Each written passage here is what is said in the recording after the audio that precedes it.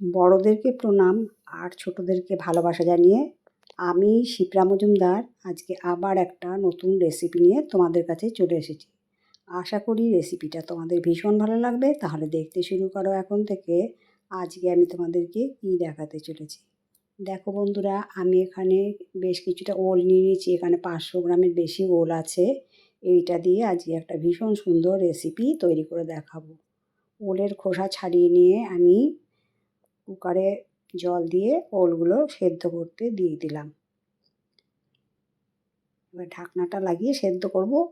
আর এখান থেকে 2টো পেঁয়াজের খোসা ছাড়িয়ে নিয়েছি, 1/2 ইঞ্চির একটু বেশি আদা আর কোয়ার মতন রসুন নিয়ে সব কিছু গ্রেট করে নিয়েছি। আর পেঁয়াজগুলোকে কুচো করে নিয়ে নিয়েছি একটা প্লেটের মধ্যে। এবার দেখো একটা বাটির মধ্যে পেঁয়াজ কুচো, আদা আর রসুনের পেস্ট আর ওলগুলো সেদ্ধ করে নিয়েছি আর একটু লবণ আর হলুদ দিয়ে বাটির মধ্যে দিয়ে দিলাম।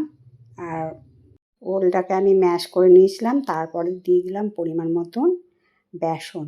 বেসনটাকে দিয়ে ভালো মতন করে পেঁয়াজ, আদা রসুনের পেস্ট আর ওলটাকে দিয়ে ভালো মতন করে মেখে নিচ্ছি।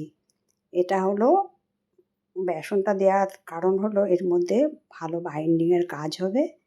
আর আজকে আমি তোমাদেরকে ভীষণ সুন্দর একটা রেসিপি তৈরি করে দেখাবো। বন্ধুরা, একটুও তোমরা স্কিপ করো না বা টেনে টেনে দেখো না, তাহলে কিন্তু এত সুন্দর রেসিপিটা তোমরা কিন্তু মিস করবে। যাই হোক, আমি কড়াই চাপিয়ে পরিমাণ মতো সর্ষের তেল দিয়ে দিচ্ছি। তেলটা গরম হয়ে যাওয়ার পরে ওই গরম তেলের মধ্যে ওলের যে মাখাটা করে রেখেছিলাম সেটাকে একটা একটা করে বড়া করে গড়ে নিচ্ছি। প্রথমে আমি বড়াগুলো ভেজে নেবো। ওলের বড়াগুলো প্রথমে ভেজে নিয়ে তারপরে আমি কী আজকে তৈরি করব সেটাই আজকে তোমাদেরকে দেখাবো। একদম নতুন ধরনের রেসিপি। আশা করি খেয়ে তোমাদের ভীষণ ভালো লাগবে। যদি বাড়িতে রান্না করো এইভাবে, বাড়ির সবাই ভীষণ খুশি হবে। দেখো, এক পিঠ হয়ে যাওয়ার পরে আমি ওলের বড়াগুলোকে ওলট পালট করে দিচ্ছি। অপর পিঠটাকে আস্তে করে উল্টে দিচ্ছি। এটা কিন্তু খুব ধীর হাতে করে দিতে হবে, তা নয়তো কিন্তু বড়াগুলো ভেঙে যেতে পারে। দিয়ে এর মধ্যে ভালো মতন করে ভেজে নেবো লাল লাল করে। দেখো, এরকম সুন্দর যখন গোল্ডেন কালার হয়ে গেল, তারপরে আমি একটা প্লেটের মধ্যে তেল ছেঁকে ছেঁকে তুলে ফেললাম। এবার সেকেন্ড ব্যাচটাকেও দিয়ে দেবো। আমি এইভাবে সমস্ত ওলের বড়াগুলোকে ভেজে নেবো। বন্ধুরা, তোমাদেরকে আমি রিকোয়েস্ট করছি, একদিন অন্তত এইভাবে এই নতুন ধরনের রেসিপিটা তৈরি করে খেও। তোমরা ভাবতে পারবে না যে এত সুন্দর টেস্ট। তোমরা খেয়ে ভাববে যে আগে কেন জানতাম না এত সুন্দর রেসিপিটা। যাই হোক, আমি সেকেন্ড ব্যাচের বড়াগুলো দিয়ে দিলাম। তারপরে ওলট পালট করে ওই রকম করে সুন্দর করে লাল লাল করে ভেজে নিলাম। ভেজে ওই প্লেটের মধ্যেই তেল ছেঁকে ছেঁকে তুলে নিচ্ছি। এরপরে দেখো, কড়াইয়ের মধ্যে আরেকটু তেল দিয়ে দিচ্ছি, আর একটু লবণ দিয়ে দিয়েছিলাম। তার মধ্যে এরকম ডুমো ডুমো সাইজের 3টে আলু কেটে নিয়েছিলাম, সমস্তটা তেলের মধ্যে দিয়ে দিলাম। এরপর দিয়ে দিলাম হাফ চামচের মতন লবণ আর হাফ চামচের থেকে একটু কম হলুদ দিয়ে, লবণ হলুদ দিয়ে আলুটাকে বেশ ভালো মতন করে নাড়িয়ে চাড়িয়ে ভেজে নেব। আলুটার গায়ে যেন লবণটা আর হলুদটা বেশ ভালো মতন মিশে যায়। এবার একটা ঢাকনা দিয়ে দিলাম যাতে ভালো করে খুব তাড়াতাড়ি সুন্দর করে সেদ্ধও হয়ে যায় আর ভাজাও হয়ে যায়। দেখো, ভাজাটা যখন এরকম পর্যায়ে হলো, তখন আমি আলুগুলোকে তেল ছেঁকে ছেঁকে একটা প্লেটের মধ্যে তুলে রাখলাম। সমস্ত আলুটা নামানো হয়ে গেল। এরপরে যে তেলটা বাঁচলো তার মধ্যে আমি একটুখানি কালো জিরে আর একটুখানি জিরে ফোড়ন দিয়ে দিলাম। এই কালো জিরে আর জিরে ফোড়নটা দিলে ভীষণ সুন্দর একটা গন্ধ আসে।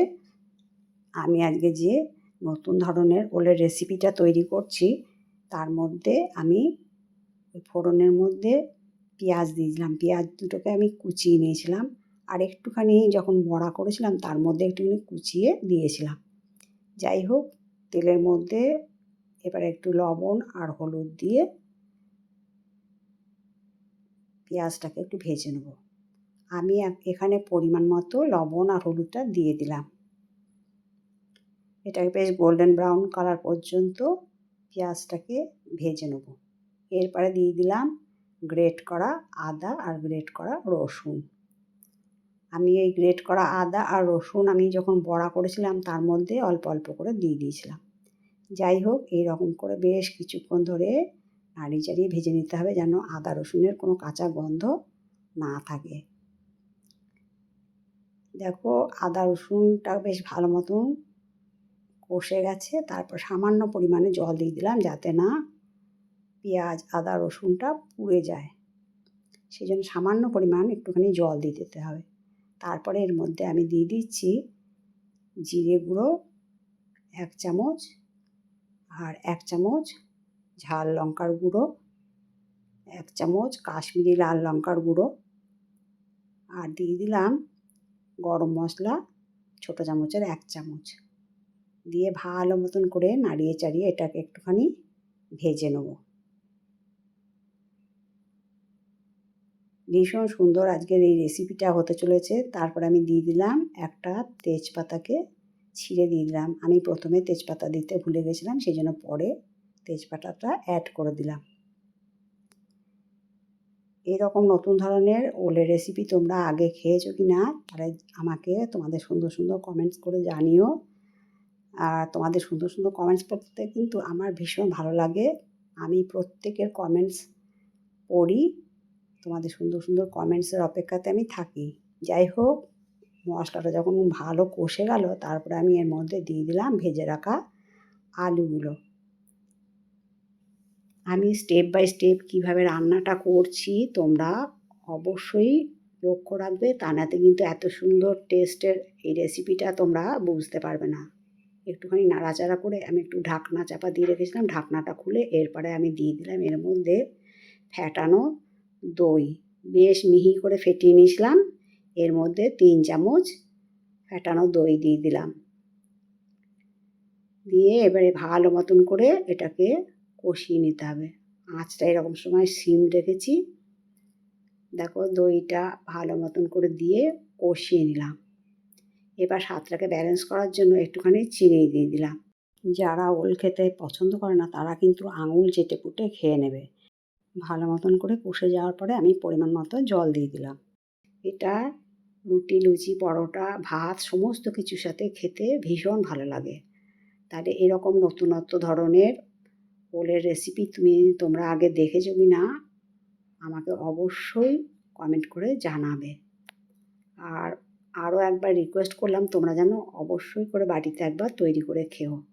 বাড়ির প্রতিটা সদস্য কিন্তু এই নতুন ধরনের রেসিপিটা খেয়ে ভীষণ খুশি হবে, তারা বারবার তৈরি করে দেওয়ার জন্য রিকোয়েস্ট করবে তোমাদের কাছে।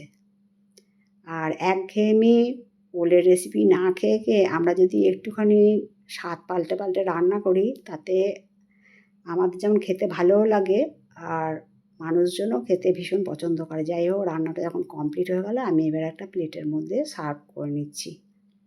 দেখো কত সুন্দর দেখতে হয়েছে রেসিপিটা। তাহলে বন্ধুরা তোমরা আমার প্রাণ ভরা ভালোবাসা নিও আর এইভাবে আমার পাশে থেকো। আমার চ্যানেলে অনেক সুন্দর সুন্দর সহজ সরল রেসিপি আছে, তোমরা অবশ্যই লক্ষ্য করো। আর যদি কোনো নতুন বন্ধু এসে তাকে অবশ্যই বেল বাটনটা অন করে দিও, তাহলে সমস্ত নোটিফিকেশান তোমাদের কাছে পৌঁছে যাবে। তাহলে বন্ধুরা আজ এই পর্যন্ত রাখলাম, অন্য কোনো দিন অন্য কোনো রেসিপিতে আবার দেখা হবে। কেমন? টাটা।